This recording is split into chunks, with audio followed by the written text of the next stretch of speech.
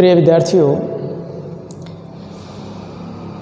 आज हमारा जो टॉपिक चल रहा है वो आज्ञे का चल रहा है। आज्ञे का हमने पिछली वीडियो में परिचय बताया था। अब हम आज्ञे की कविता का कुछ अंश पढ़ करके बताएंगे, उसका भावार्थ भी समझाएंगे। तो देखो, पहले हम इसका एक पद पढ़ लेते हैं और पद पढ़ने के बाद में इसका अर्थ करेंगे। तो देखो, मैं पद पढ़ता हूँ, ध्यानपूर्वक सुनना। एक दिन सहसा सूरज निकला, एक दिन सहसा सूरज निकला। अरे क्षितिज पर नहीं नगर के चौक, अरे क्षितिज पर नहीं नगर के चौक। धूप बरसी पर अंतरिक्ष से नहीं फटी मिट्टी से। धूप बरसी पर अंतरिक्ष से नहीं फटी मिट्टी से। छायाएं मानव जन की, छायाएं मानव जन की। दिशाहीन सब ओर पड़ी वह सूरज, सब ओर पड़ी वह सूरज। नहीं उगा था वह पूरब में, नहीं उगा था वह पूरब में। वह बरसा सहसा बीचों बीच नगर के। तो देखो, इसमें दो तीन कठिन शब्दार्थ हैं, मैं उन्हें समझा देता हूँ।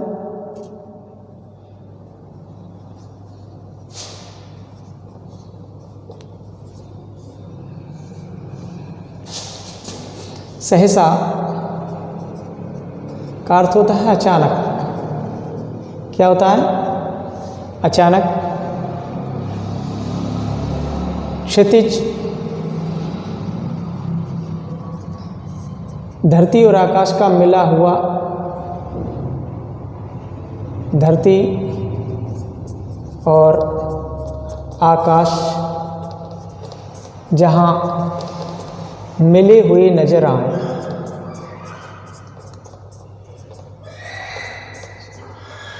आए वो क्षितिज कहलाता है। अंतरिक्ष, अंतरिक्ष का मतलब होता है आकाश। शून्य, आकाश या शून्य। दिशाहीन,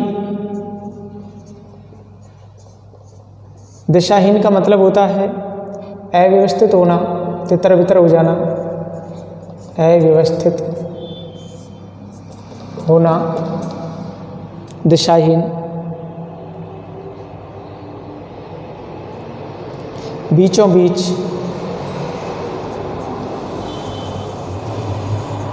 नगर के मध्य। तो देखो बच्चों, ये इसके कठिन शब्दार्थ हैं। सहसा कहते हैं अचानक, कोई काम अचानक से हो जाता है उसे सहसा बोलते हैं। क्षितिज, क्षितिज का मतलब होता है धरती और आकाश जहाँ मिले हुए नजर आए, वो क्षितिज कहलाता है। अंतरिक्ष, अंतरिक्ष आकाश को भी कहते हैं, और शून्य को भी अंतरिक्ष बोलते हैं क्योंकि उसमें कुछ भी नहीं होता है, शून्य है, इसलिए उसको अंतरिक्ष।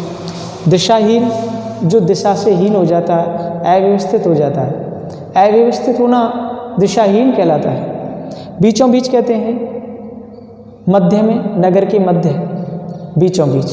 तो देखो बच्चों, ये इसके कठिन शब्दार्थ थे और मैंने इस कविता को पढ़ करके भी बताया था। ये जो कविता है आज्ञे द्वारा रचित हिरोशिमा शीर्षक कविता से उद्धृत की गई है। यह पद्य आज्ञे द्वारा रचित हिरोशिमा शीर्षक कविता से उद्धृत किया गया है। इसमें द्वितीय विश्व युद्ध में अमेरिका द्वारा, द्वितीय विश्व युद्ध हुआ था, उसमें अमेरिका द्वारा जापान के हिरोशिमा और नागासाकी नगरों पर परमाणु बम गिराए गए थे और कुछ ही क्षण में उन नगरों का विध्वंस हो गया था। तो इस अवतरण में हिरोशिमा नगर के उस भयानक दृश्य का चित्रण किया गया है जो उस हिरोशिमा नगर में दिखाया गया था। तो देखो, ये आपको पता ही है कि अमेरिका और जापान दोनों में विश्व युद्ध हो रहा था। अमेरिका और जापान ये दोनों देश एक दूसरे के विरुद्ध थे। द्वितीय विश्व युद्ध का समय था। तो अमेरिका ने जापान के ऊपर परमाणु बम गिरा दिए थे और हिरोशिमा और नागासाकी, तो ये अगस्त के महीने में गिराए थे। 6 अगस्त 9 अगस्त 1945 का समय था।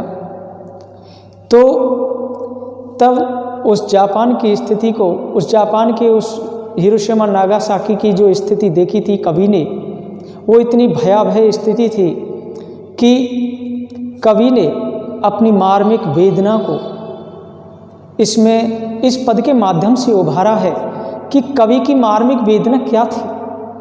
उसे देख करके उसका हृदय रो रहा था कि अब इन जो नगर हैं, इन नगरों की स्थिति क्या होगी, भविष्य में इन नगरों की हालत क्या होगी। तो ऐसी स्थिति को देख करके कवि यज्ञ का हृदय रो पड़ा और उसने अपनी मार्मिक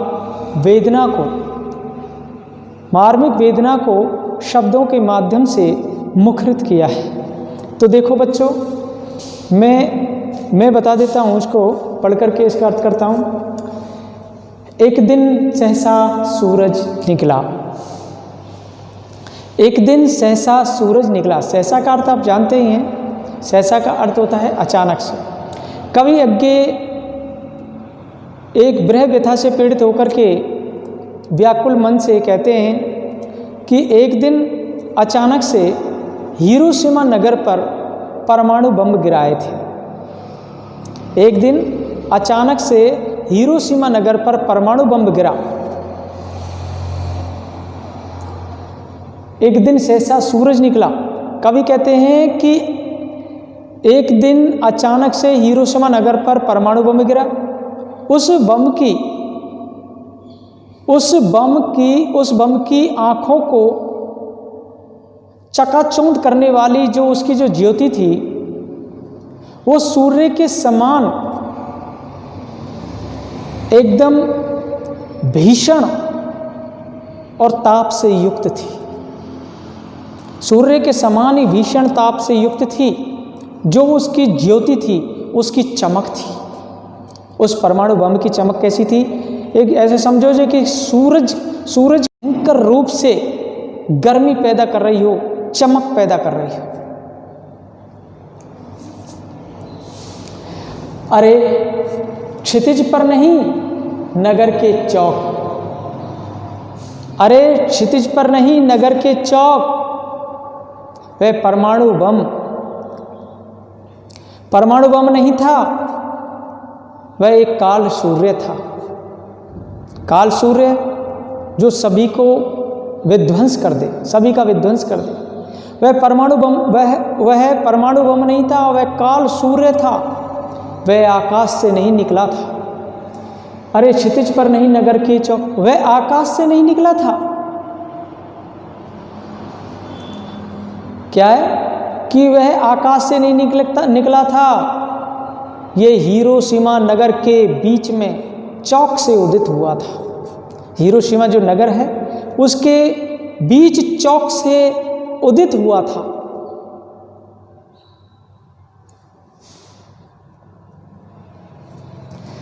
धूप बरसी पर अंतरिक्ष से नहीं फटी मिट्टी से। धूप बरसी पर अंतरिक्ष से नहीं फटी मिट्टी से। कवि यज्ञ कहते हैं कि वह ऐसी भयंकर तेज धूप थी कि उसके स्पर्श मात्र से ही हिरोशिमा नगर के जो नागरिक थे, उनकी जीवन लीला समाप्त हो गई थी। हिरोशिमा नगर के जो नागरिक थे, उनकी जीवन लीला समाप्त हो गई थी। पर अंतरिक्ष से नहीं फटी मिट्टी से उनकी जीवन लीला समाप्त हो गई थी। उनके शरीर केवल काली छायाओं के रूप में, जो काली छाया होती है, परछाई होती है, जो काली परछाई होती है, काली छाया होती है, और काली छायाओं के रूप में वहाँ वहाँ पर सब ओर अव्यवस्थित पड़ गए थे। काली छायाओं के रूप में सभी ओर अव्यवस्थित हो गए थे। काली जो छायाएं थी, छायाएं मानव जन की दिशाहीन, वहाँ पर जो काली छायाएं थी उन काली छायाओं के रूप में उन सब अस्त व्यस्त हो गया था, सब दिशाहीन हो गए थे, अव्यवस्थित हो गए थे। सब ओर पड़ी वह सूरज नहीं उगा था वह पूरब में, सब ओर पड़ी वह सूरज नहीं उगा वह पूरब में, वह बरसा सहसा बीचों बीच नगर के। देखो कवि यज्ञ कहते हैं कि जो वे विध्वंस लीला थी, विध्वंस लीला करने वाला सूर्य पूर्व दिशा से नहीं उदित हुआ था।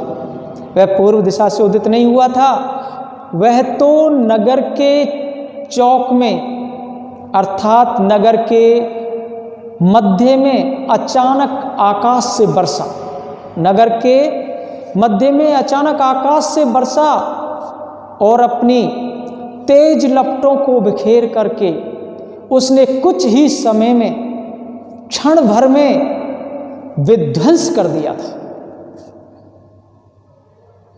वह जो सूरज था वह पूर्व दिशा से नहीं उगा था, वह तो नगर के चौक से, नगर का जो चौक है वो बीचों बीच में से उदित हुआ था और उसने अचानक से ही अपनी तेज लपटों से क्षण भर में ही विध्वंस कर दिया था, विनाश कर दिया था। तो वो परमाणु बम थे, जो परमाणु बमों ने क्या है कि उस हिरोशिमा नगर का नाश कर दिया था, विनाश कर दिया था। तो देखो बच्चों, इसमें कवि की एक मानवतावादी एक संवेदना व्यक्त हुई है। और जो हमारा जो वैज्ञानिक युग है, उस वैज्ञानिक युग का जो हमारे वैज्ञानिक हैं वो उन्होंने दुरुपयोग किया है। वैज्ञानिकों की सफलता का दुरुपयोग किया जा रहा है, उसी पर यह कवि ने आक्षेप किया है कि वैज्ञानिकों ने किस लिए वो परमाणु बम बनाए, उसी पर यहाँ पर आक्षेप किया है कवि ने। तो देखो, परमाणु बम को एक मानव द्वारा बनाया गया एक काल सूर्य बताया है। क्या बताया है? काल सूर्य बताया है। और उसमें उसकी जो विध्वंसकारी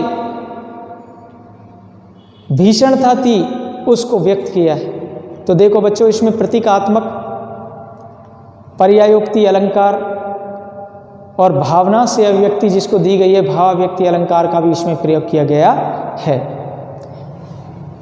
धन्यवाद।